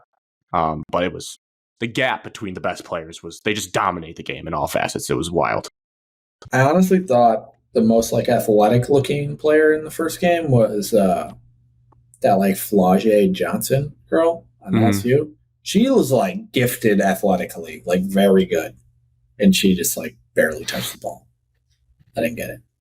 There's also some different women's like philosophies and coaching rules. It just seems different. I don't know. Like when I watched the Big Ten women's tournament, I was like, they would just like don't guard some of the people on the 3-point line. They just all sit in the paint, and I'm like, "What are we doing?" I love that. What is this? Do that to Maddie Sissoko. Did it to the North Carolina point guard. Yeah.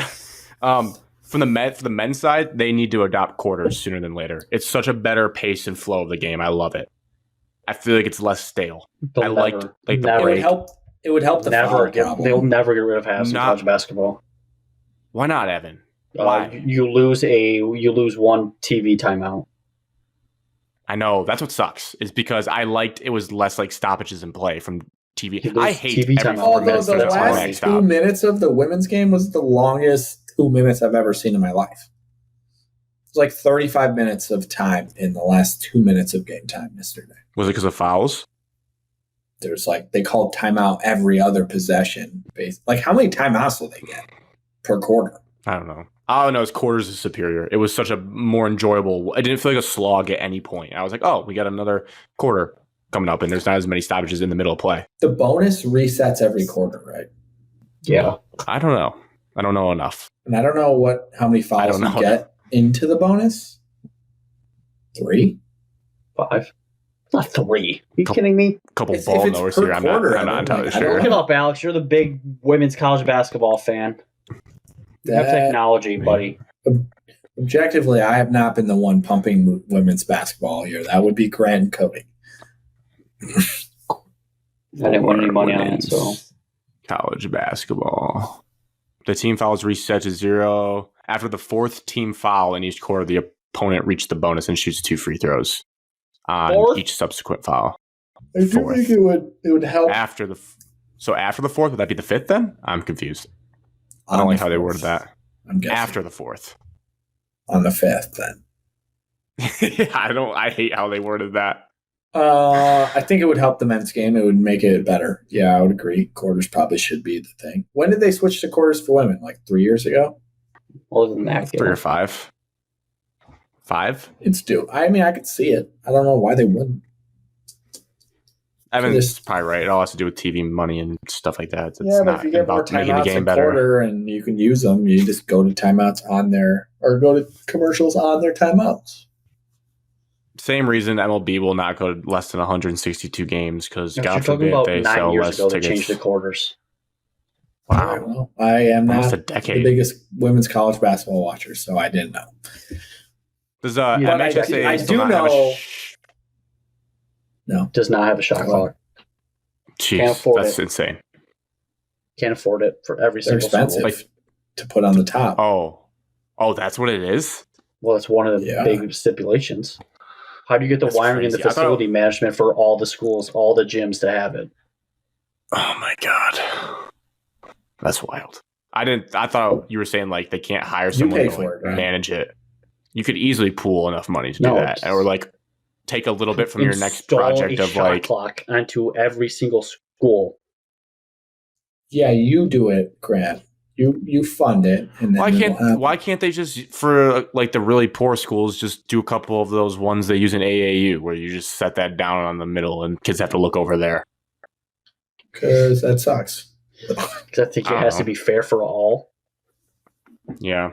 But like with the $1 million grants and taxes and stuff, people get to make football fields. They couldn't sliver off a little bit of that just to put in They can't because not every community passes the bonds because Tecumseh won't pass a bond. That's wild. And then they bitch and complain. Then they bitch and complain that all the kids are leaving the districts when they're going to other districts in the area that are actually passing bonds and giving the kids what they want. How'd they get that bond back in the day for the big football field when Mensing was there? Did he just pull some strings? Because the other field got condemned and there wasn't any bleachers. So I think they were like, "Oh, it's about time." I thought that was like donated. The bleachers were donated by MIS, but building the field, Alex, was not donated. Field was like taxpayer money, right? Yeah. People in town were pissed. It was a big debate. Big debate. I lost a Brett Favre action figure underneath those condemned bleachers. Fun fact. I had a Warren Sapp one and a Brett Favre one, and I had the Warren Sapp one try to sack Brett Favre, and I dropped him under the bleacher. Sack or kiss? Any else from basketball, or should we wrap up with the Tigers? Yeah, I saw like 20,000 Caitlin Clark commercials during the game, so there were still a lot of commercials. She made it big time. You know when they're slow-mo cutting to you, and then they go right to commercial, and it's all about you, that she is really living it up. Alex, if you're Caitlin Clark, do you play in the 3-on-3 for $5 million?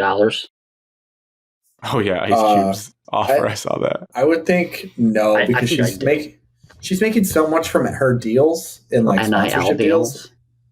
No, like but those NIL deals don't last. Deals. She's graduating in a week.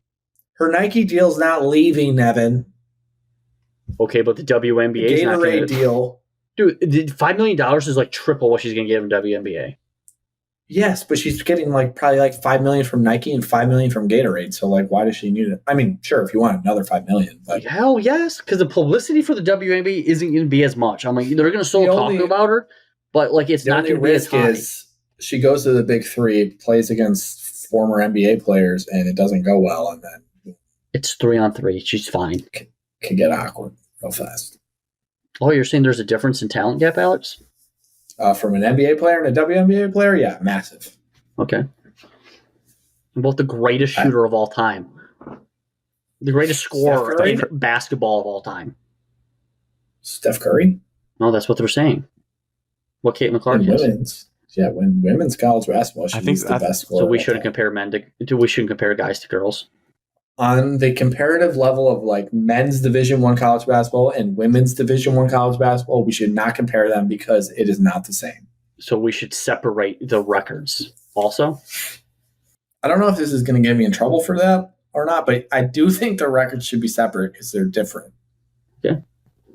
Should they not? I mean, probably. You guys disagree? I think it's fair to I think it's fair to promote that she scored the most points of any just human in college basketball. But like totally fine. You can view it differently because like you can say one league was tougher. But then again, like Pete Maravich, I don't know what college basketball looked like back in the day. I don't know if they have TV from back then. So his record could be fugazi too. I have no 3-point line, Grant. His record was done in 1 year. Like, was he just playing against a bunch of like sack of potatoes in one season? Me? He probably was playing against me. One season. No, it was not. No, Alex, that's wrong. Impossible. That's 100% wrong, year. Alex. Was he playing on teams of Helen Keller? 1 year, wrong, dude. Alex. He didn't play all 4 years. He played college basketball for 1 year. He scored 4,000 points. I swear to God, someone told me that yesterday. Who has it? Pete Maravich, right? Season. No, you heard it wrong. He wasn't allowed to play his freshman year because freshmen could not play college basketball. He played 3 seasons. So he couldn't play 1 season. That makes more sense. I was going to say, how did that? What did he average? 74 a game? He scored 3,667 points in 1 year, according to Alex. So he averaged like in 20 games. He scored 3,600 points. Yeah, he averaged 100 a game. The most incorrect thing you've ever said. Just listen, someone said it to me yesterday, and I was like, "Wow, that's crazy." I didn't look it up. Maybe I should have. Evan, you want to talk about a free throw merchant? This dude averaged 14 free throws per game. That's absurd. Oh my God, he's freaking Zach Edey. But his averages for his career were 44 points a game, 5 assists, and 6 boards. That is disgusting. If you threw Caitlin Clark in the NBA, do you guys think she'd be okay? No. I don't think that'd be the worst record. I think it'd be tough. I mean, okay, so let me say this. Shooting is shooting. If she could be a corner shooter, yes, like she's an asset. Like PJ Tucker. But like defensively, that's going to be some problems. She doesn't in terms of stopping. Yeah, she struggles at defense at times in the college level, but they only play as it might be. Yeah. Could she be a serviceable shooter in the NBA? Yes, but defensively, no. Everything else, she couldn't carve out. Could she be even like an 8th man woman on a playoff Alex? Like I don't think so. I don't know. NBA is top 1% of male athletes playing the sport of basketball. Dude, there's a better question. If you put her good on players like any of the Final Four teams and the men's side, is she carving out a role on any of those teams? Yeah. NC State would definitely use her services against Purdue. In just like a spot-up shooter type of deal. I would like to see Fletcher Loyer. She wouldn't be a starter, right?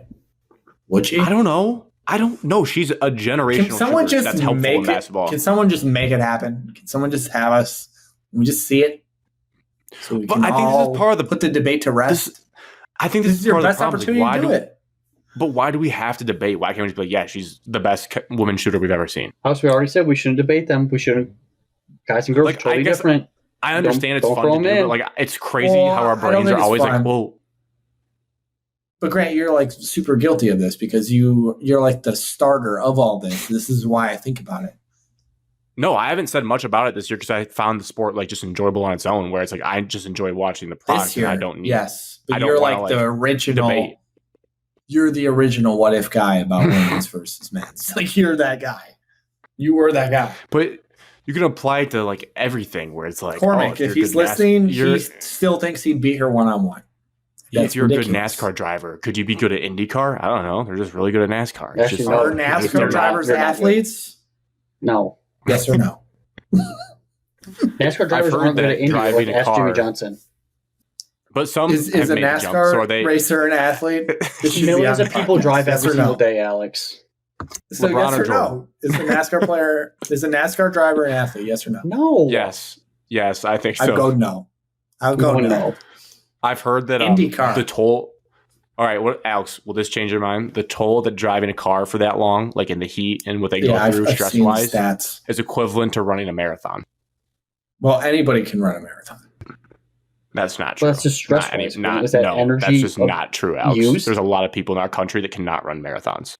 A lot. Great. It's actually pretty easy. It's one step. There's no second step. It's just one. Barney Stinson taught us this. It's one step. Barney ran a marathon, no problem, dude. It's a fictional character. Couldn't walk for multiple days. Well, no, he's real. One.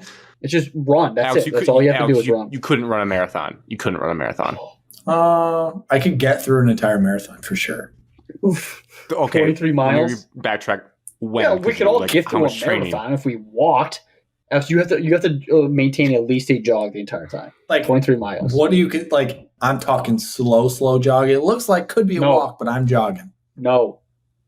It has to be. There'll be a certain speed that you have to maintain. Well, like a 3.5 on the treadmill. I don't know what your average gait walk is. I would time it. I would measure a little bit faster than that. Okay. All right. Yeah. Realistically, I could not do it tomorrow, but I could train for like a month and do it. Slow, I don't think you could. Very slow. So the overall average marathon time worldwide is 4 hours and 30 minutes. I don't think you could crack 5 hours and 30 minutes. What is 4 hours and 30 minutes equate to per mile? Just divide that. Minutes divided by calculator. 26. I don't know. I don't think that matters, Alex. I'm just saying the average. Here's your gender debate. The average time to run a marathon for women is 4 hours and 48 minutes. I could do it in 5 hours. No. 26.219 miles. No. I said in 1 month. No, I don't think you should. I've been running. What do you mean? You don't post in the group chat, so it's not real. You don't run. I ran 3 miles on Friday. With your bad knees, there's no way in hell you're running. I got running shoes, and they actually work. I'm skeptical that you could do that in a month. Listen, I'm not saying it would be pretty, but either I don't way, think anybody is. in a NASCAR, you're not doing anything. You're not running. You're not actually running.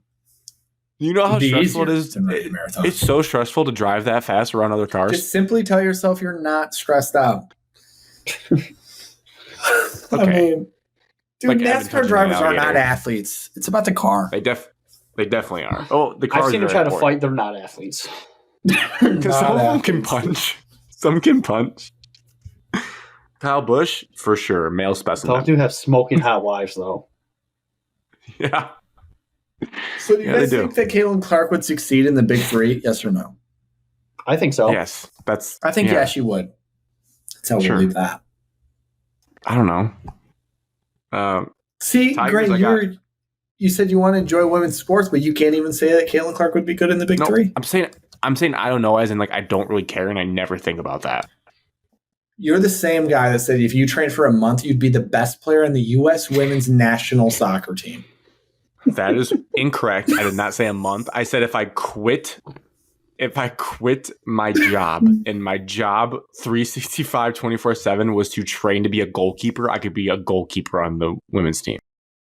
Not true. You're now lying. You're now lying to everybody on this podcast. You told me you would be the best player on the entire team and you could be a striker because you're tall and you get headers and you would score the most goals and you'd be the best player in the world for women's. To be fair, a little bit of a height advantage. Striker is not that taxing of a position. If I gave a full year of training to it, I don't think it would go that poorly for me. I think I'd be okay. Best player in the world.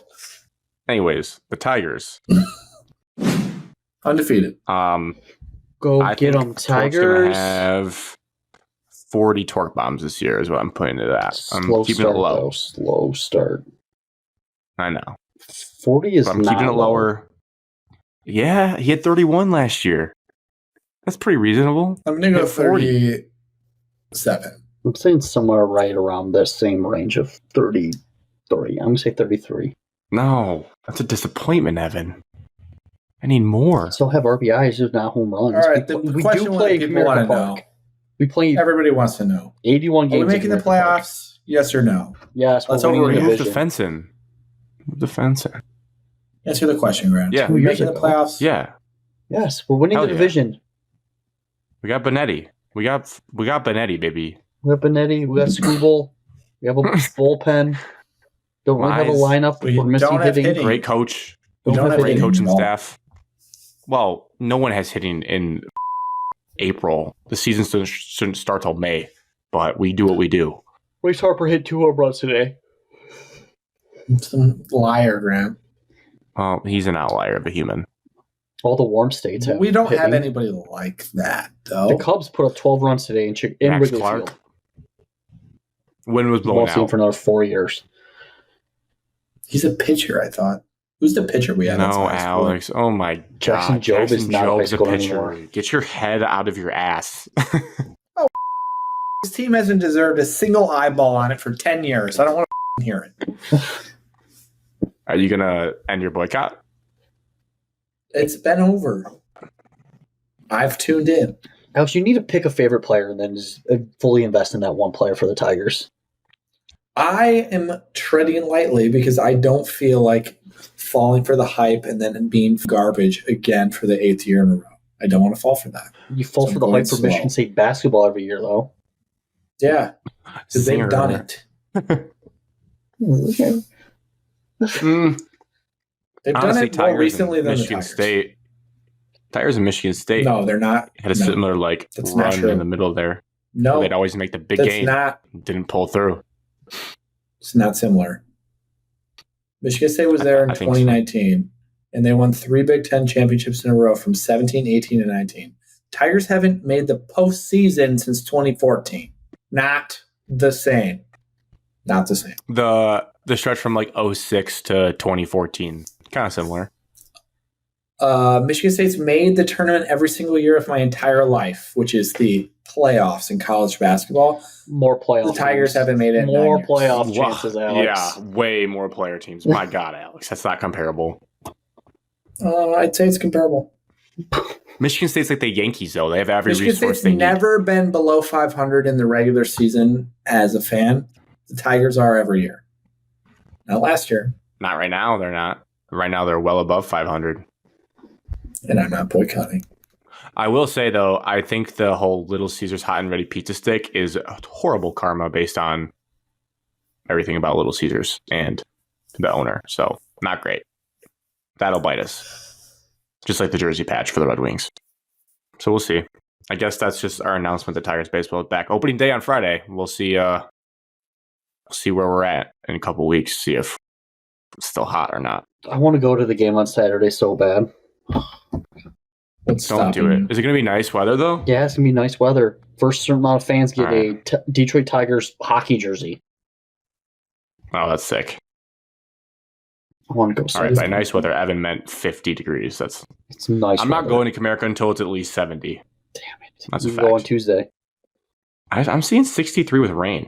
What are you seeing? Yeah. Drugs. Next real Tuesday, feel high 72. April 9th. Next Tuesday, 68 and sunny. Next Wednesday, 70. Next Thursday, 70. That's the weather, baby. Well, I use AccuWeather. I don't know if I trust yours. Dude, you're such a weird guy. Cheers. It's episode 161.